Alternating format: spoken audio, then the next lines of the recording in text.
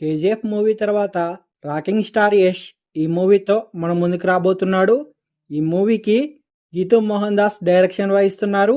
ఈ మూవీలో నయనతార, రుక్మిణి వసంత్, కియారా అద్వానీ, హ్యూమా ఖురేషి, తారా సుతారియా వంటి హీరోయిన్లు నటిస్తున్నారు. ఈ మూవీ ఆగస్టు 26న థియేటర్లో రిలీజ్ కాబోతుంది. ఈ మూవీ ఎలా ఉందో ఈ రివ్యూలో తెలుసుకుందాం రండి. ఈ మూవీ యొక్క నిడివి విషయానికి వస్తే 3 గంటల 14 నిమిషాలు ఉంది. ఈ మూవీ యొక్క బేసిక్ స్టోరీ విషయానికి వస్తే ఇండియాకి ఇండిపెండెన్స్ వచ్చిన గోవాకి మాత్రం పోర్చుగీస్ వారి ఆధీనంలో ఉంటుంది. హైదరాబాద్ నిజాం ఆధీనంలో ఉంటుంది. అలాంటి సమయంలో గోవాలో కొన్ని ఇల్లీగల్ యాక్టివిటీస్ చాలా జరుగుతుంటాయి. మాఫియా ప్రభావం ఎక్కువగా ఉంటుంది. ఈ క్రమంలో మాదక ద్రవ్యాల వినియోగం, ఆధిపత్యం కోసం పోరాటం, చీకటి రాజ్యాన్ని సొంతం చేసుకోవడం కోసం కొన్ని గ్రూపులు పోరాడుతుంటాయి. ఈ క్రమంలో మితిమీరిన హింస, రక్తపాతం జరుగుతుంటుంది. వెన్నుపోట్లు, మోసం, దగ, పవర్ పాలిటిక్స్ కామన్గా జరుగుతుంటాయి.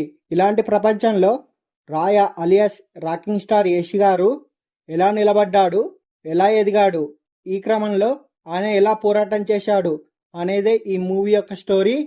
ఇందులో యష్ చెల్లిగా గంగా పాత్రలో నయనతార నటిస్తుంది. ఆయన ప్రేయసిగా నదియా పాత్రలో కియారా అద్వానీ కనిపించబోతుంది. సొంత చెల్లినే అన్నని చంపేందుకు కుట్ర చేస్తుందట. దానికి కారణం ఏంటి?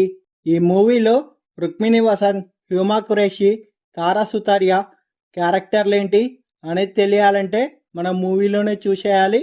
ఈ మూవీలో యష్ గారు మాత్రం ద్విపాత్ర అభినయం చేస్తున్నారు. రాయాగా, రూమీగా కనిపించబోతున్నారు. అదే సమయంలో 3 డిఫరెంట్ గెటప్స్లో ఆయన కనిపించబోతున్నారు. హీరో యష్ మాత్రం 2 క్యారెక్టర్లో ఇరగదీసిండు. నట విశ్వరూపం చూపించిండు. కెరీర్ బెస్ట్ యాక్టింగ్ని చూడొచ్చు ఈ మూవీలో. సినిమా మెయిన్గా స్టోరీ ప్రధానంగా సాగుతుంది. దీంతో స్టోరీలో చాలా డెప్త్ అనేది ఉంటుంది. సినిమాని లీనమై చూస్తేనే మనకు అర్థమవుతుంది. ఈ మూవీ యొక్క స్టోరీ మాత్రం చాలా ఇంట్రెస్టింగ్గా ఉంటుంది. ఇక కియారా అద్వానీతో యష్ రొమాంటిక్ సీన్లు మాత్రం మతిపోయేలా ఉంటాయి. అదే సమయంలో నయనతార, యష్ మధ్య వచ్చే ఎమోషనల్ సెంటిమెంట్ సీన్లు సినిమాకి హైలైట్గా నిలుస్తాయి. రుక్మిణి వసంత్, హ్యూమా ఖురేషి, తారా సుతారియా వంటి క్యారెక్టర్లు సర్ప్రైజ్ చేస్తాయి. సినిమాలో మాత్రం ప్రతి ఫ్రేమ్ వావ్ అనిపించేలా చాలా లావిష్గా, గ్రాండియర్గా ఉంటుంది. విజువల్ ట్రీట్ అనేలా ఉంటుంది.